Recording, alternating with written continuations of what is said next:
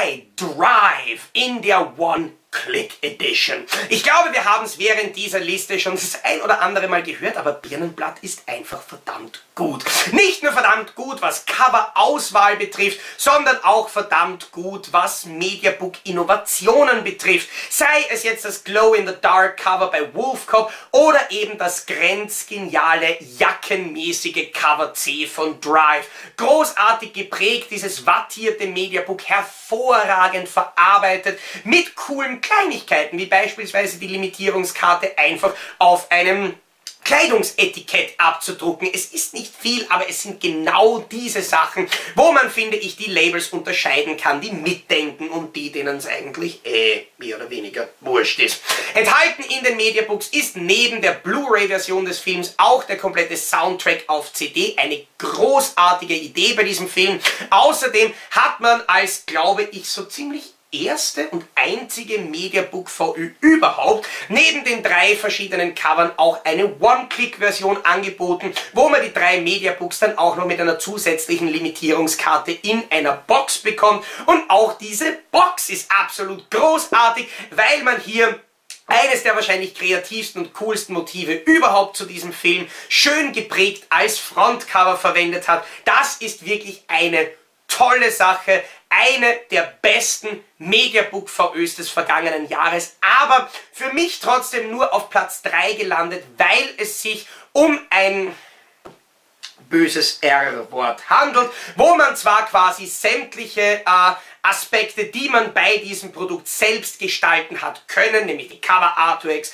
die Box, die Aufmachung, die Mediabooks großartig gemeistert hat, aber es gibt dann trotzdem noch Mediabooks, wo etwas mehr dahinter steckt. Aber jetzt schauen wir mal in das One-Click zu Drive. In Sachen Mediabook-Innovationen gibt es definitiv kein Label, das Birnenblatt auch nur ansatzweise das Wasser reichen kann. Seien es nun großartige Goodies wie ein komplettes Hörbuch als Bonus bei Zimmer 1408 bis hin zu fantastischen Artworks inklusive meinem persönlichen All-Time-Favorite Mediabook, dem Glow-in-the-Dark-Effekt-Cover bei Wolfcop. Hier ist einfach immer was Geiles dabei. Und dementsprechend war ich auch gespannt, als angekündigt wurde, dass Birnenblatt im Exklusivvertrieb von Pretz-Media nicht eines, nicht 2, sondern gleich 3 verschiedene Mediabooks zu Drive mit Ryan Gosling in der Hauptrolle veröffentlichen möchte. Normalerweise bin ich ja niemand, der sich verschiedene Cover zum selben Film zulegt, aber im Fall von Drive wollte ich einerseits das wattierte Mediabook haben und war dann auch ziemlich angetan von der Box, die nämlich gleich alle 3 Mediabooks mit einer exklusiven Limitierungskarte obendrauf auch noch enthält. Und vor allem ist hier als Cover-Artwork von dieser Box eines der, finde ich, genialsten Motive zu diesem Film enthalten, sodass ich einfach nicht mehr Nein sagen konnte. Das Ganze in dieser wirklich genialen rosanen Folienprägung geht auch eben ein bisschen ins Innere hinein. Das bewegt sich wunderschön mit, wenn man das Ganze hier bewegt und das Licht anders einfällt. Das wirkt absolut edel und grundsätzlich bin ich der Meinung, dass dieses Schaltknüppelmotiv, wo ein im Kreis fahrendes Auto mehr oder weniger den Rahmen von diesem Schaltknüppel abbildet, wir hier die einzelnen Gänge abgebildet haben und noch dazu als Teil vom Schaltknüppel auch noch der Hammer aus dem Film verwendet wurde. Das ist wirklich ein unfasslich kreatives, unfasslich geniales Motiv, das absolut perfekt, finde ich, als Außencover für diese Box passt. Außerdem hat Birnenblatt sogar diese Box unten gestaltet. Das Artwork stammt übrigens von Hunter Langston. Die Box an sich ist magnetisch verschließbar und geht dann hier nach rechts auf, aber hinein schauen wir erst in Kürze. Zuerst geht's noch weiter auf den Spine, wo ebenfalls passend zum Stil des Films auch alle Schriftzüge in rosa abgedruckt sind und hier dann auf dem Backcover noch einmal mehr oder weniger dasselbe Spiel wie auf dem Frontcover, und zwar hier mit einem blutigen Reifenabdruck. Das sieht wirklich absolut hervorragend aus, das gefällt mir wahnsinnig gut. Auch hier arbeitet diese Silberfolien-Geschichte wahnsinnig gut, um uns hier ein großartiges Artwork zu liefern, vor allem wenn ich jetzt dann hier das Ganze wirklich aufklappe. Das funktioniert nicht so ganz, weil es hier auf dem Spine festgeklebt ist, macht aber außen wirklich extrem was her. Drinnen ist diese Box dann mit Samt überzogen, was finde ich absolut genial aussieht. Außerdem hat man hier eine Hilfe eingebaut, um die Mediabooks leichter entnehmen zu können. Das Einzige, was hier allerdings im Gegensatz zu vielen anderen vergleichbaren One-Click-Boxen nicht gemacht wurde, ist diese Schlaufe in der Box zu befestigen. Habe ich nachgefragt bei Pretz-Media. Der Grund dafür war, dass man nicht mit etwaigen Klebespuren eine Stelle erzeugen möchte, wo dann nachher vielleicht irgendwann einmal die Mediabooks Druckstellen bekommen können. Eine absolut nachvollziehbare Entscheidung, auch wenn ich natürlich, weil ich so gewohnt war, ganz am Anfang, wie ich die Box das erste Mal geöffnet habe, einfach rechts angezogen habe und mir die Schlaufe unter den Mediabooks rausgezogen habe. Aber das ist eine absolute Kleinigkeit, die niemanden wirklich stören wird. Wir sehen hier im Inneren, wenn es der Autofokus möchte, dass wirklich die komplette Box mit diesem Samt überzogen wurde, der nicht nur edel aussieht, sondern natürlich auch eine Funktion erfüllt, dahingehend, dass dadurch die Mediabooks nicht etwaige Kratzer oder sonst irgendwas davontragen können. Das ist wirklich hervorragend durchdacht und das ist eine stabile, wirklich toll gemachte Box. Außerdem gibt es bei diesen Boxen, grundsätzlich ist es außen angebracht. Ich persönlich habe bemerkt, dass selbst wenn die Mediabooks drinnen ist, auf der Seite neben den Mediabooks immer noch genug Platz ist, um diese Limitierungskarte unterzubringen. Insgesamt gibt es von der One-Click-Box, die ich euch in dem Video zeige, 333 Stück. In meinem Fall witzigerweise die Nummer 131 gelandet, auch wenn es kein beschlagnahmter Film ist. Und natürlich hat man sich diese Mühe gegeben, dass jetzt alle 3 Mediabooks, die in dieser Box enthalten sind, ebenfalls die Limitierungsnummer 131 tragen. Außerdem gibt es noch 2 Postkarten in dieser Box.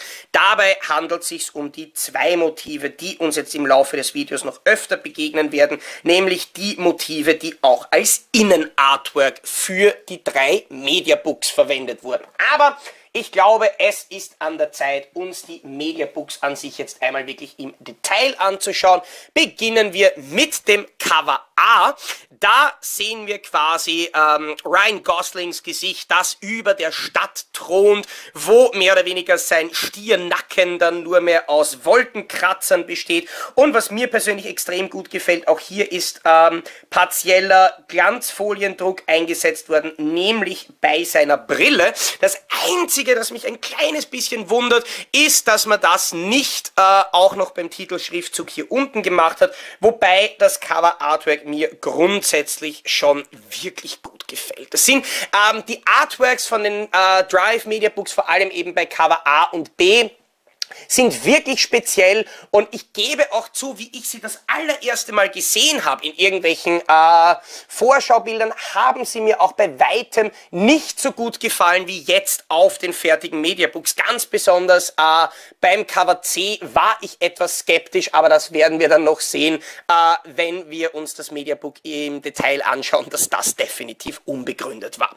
Was mir extrem gut gefällt, ist das wie von Mediabooks vom Birnenblatt gewohnt, und was eben auch etwas ist, das außer Birnenblatt fast niemand macht. Das Artwork von dem Frontcover bis hin auf den Spine fortgesetzt wird. Das heißt, wir haben hier eigentlich ein durchgehendes Bild, das auch eben auf dem Spine und auf dem Backcover ist und dann den Skorpion aus dem Film noch auf dem Backcover enthält.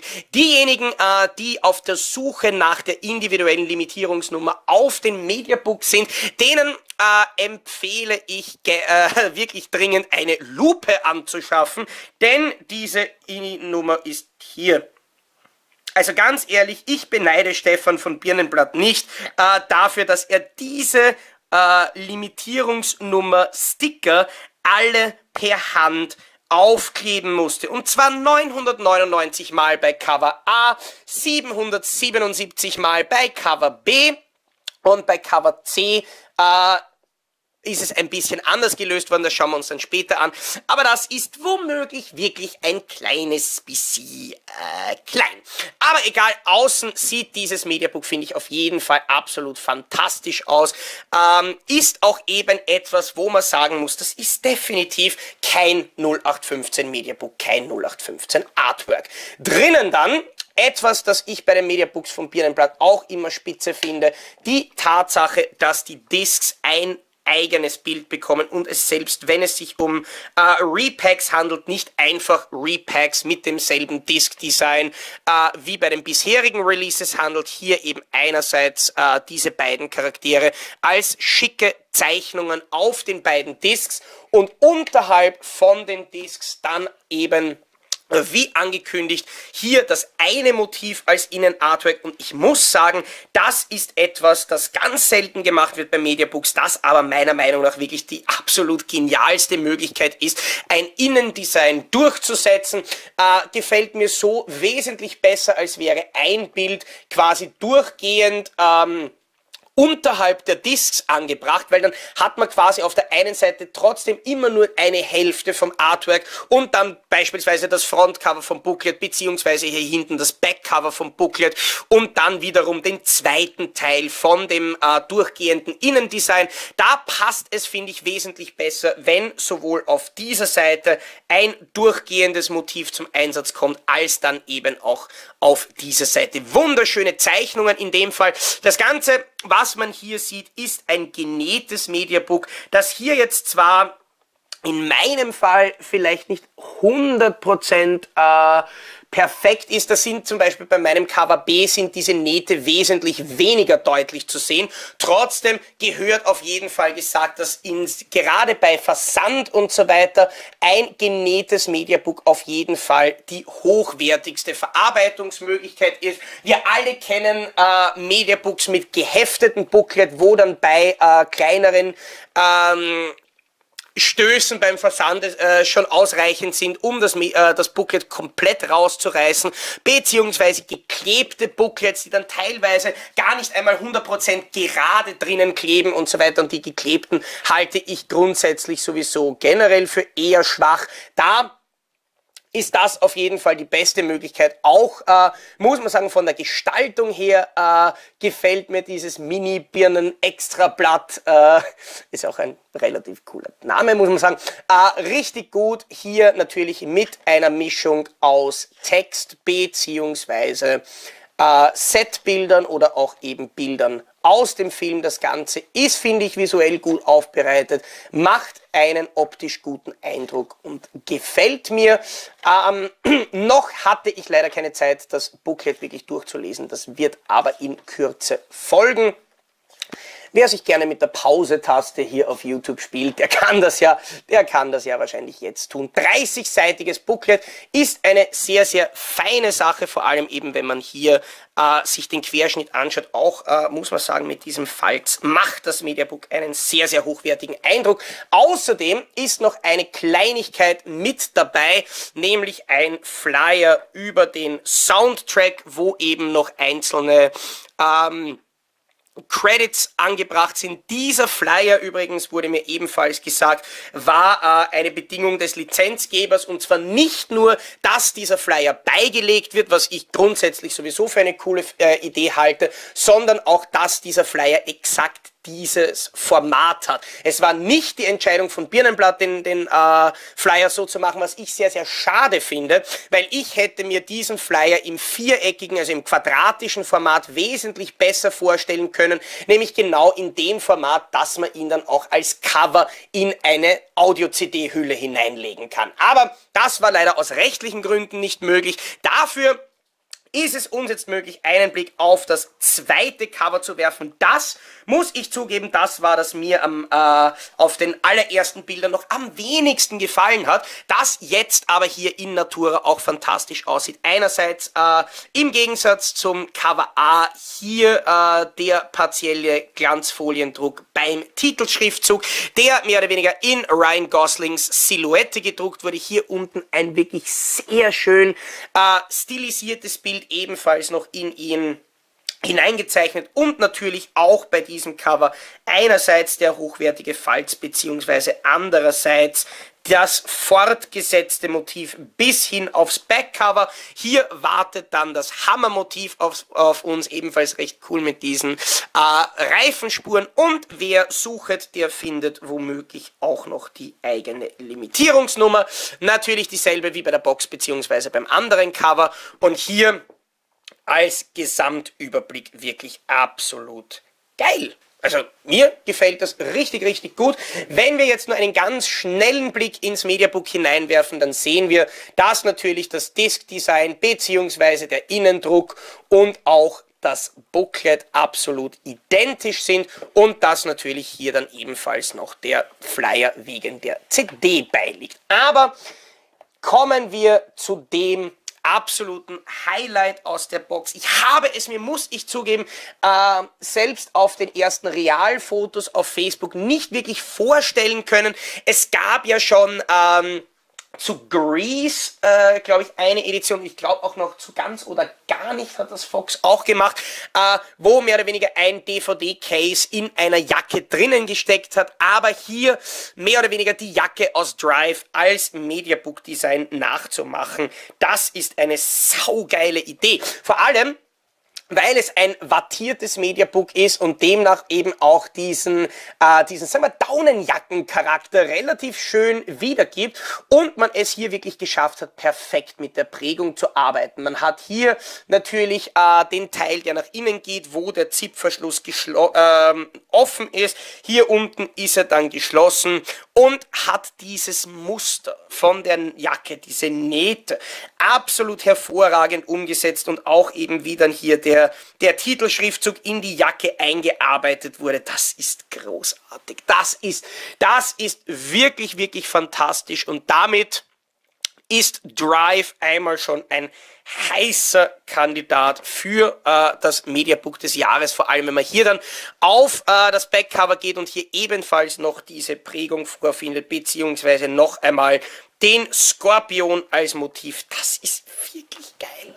Das ist wirklich richtig geil. Vor allem auch hier in der Gesamtansicht sieht man das, finde ich, echt schön, wie hier mit dieser Prägung gearbeitet wurde. Das ist wirklich bemerkenswert.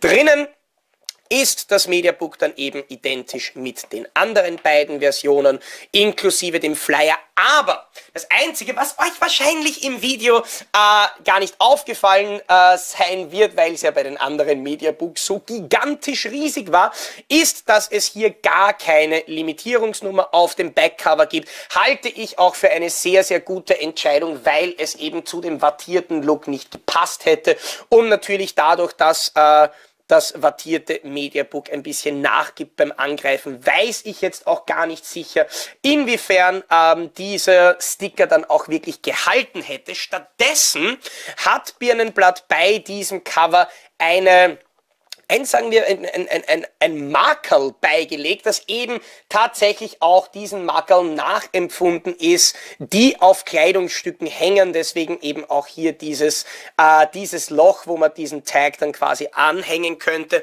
wo noch einmal der Filmtitel steht, beziehungsweise hier dann die eigene Nummer aufgeklebt ist. Das ist wirklich eine coole, eine feine Sache, wo man eben wirklich allein an solchen dezenten Kleinigkeiten erkennen kann, wie viel Mühe sich Birnenblatt bei diesem Release gegeben hat. Und demnach bin ich absolut happy, dass ich diesmal, sagen wir jetzt, ein bisschen über meinen Schatten gesprungen bin und nicht mich einfach nur für ein Cover entschieden habe, sondern da tatsächlich die One-Click-Box mit allen Mediabooks in meine Sammlung aufgenommen habe, weil mir jetzt eben in Natura alle Mediabooks gut gefallen und mir aber auch ganz, ganz besonders diese Box gut gefällt.